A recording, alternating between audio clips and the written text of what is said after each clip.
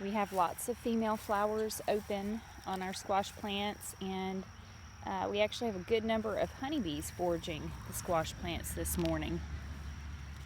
Let's see if I can catch a couple in the act. Just saw one right here. You'll see there's something else here. The ants that we have here are actually pollinators. They enjoy feeding on the nectar and the pollen of our plants. The bees are really flitting around. It's hard for me to get a good shot. Yes, patience is key here. There we go. 2 honeybees in there. This is a female flower. And I believe this is a variety called Pic-N-Pic, and it's a hybrid. And boy, it has a ton of female flowers on it. So I'm just gonna go through. They're doing a pretty good job, but I like to hand pollinate my squash. It only takes about 3 or 4 minutes every morning, and it's a good way for me to make sure that I get a good squash harvest. But the bees are doing a really good job. At least they're doing a good job getting the nectar. Here's the garden. Got a whole row of primrose, which is a weed here. Haven't decided. I do a low or no-till method, so I do till occasionally, and I've done a lot of tilling this year, but I haven't decided if I'm gonna till this row or if I'm gonna leave it intact.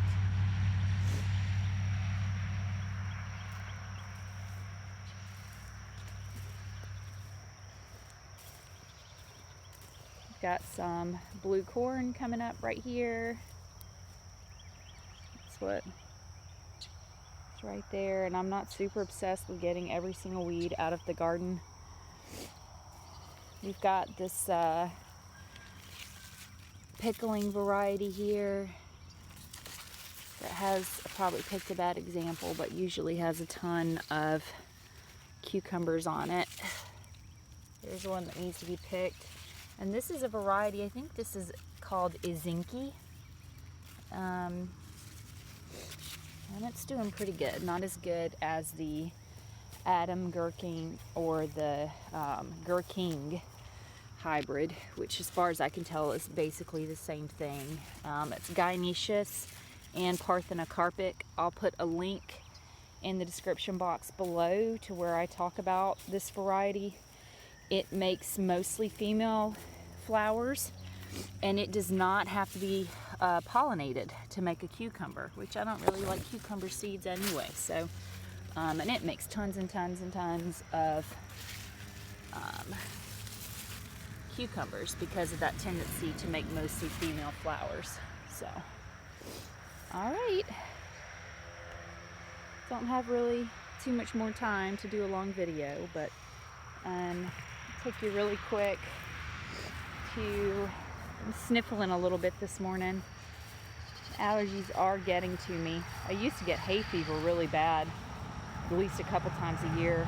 I've been eating honey for so many years that it doesn't happen to me anymore, but I do get a little sniffle here and there. So we've got plenty of tomatoes growing on our tomato plants. They're real healthy. We've got some baby green beans. Let's see. There's my finger for scale. And this will probably be ready to pick in another few days.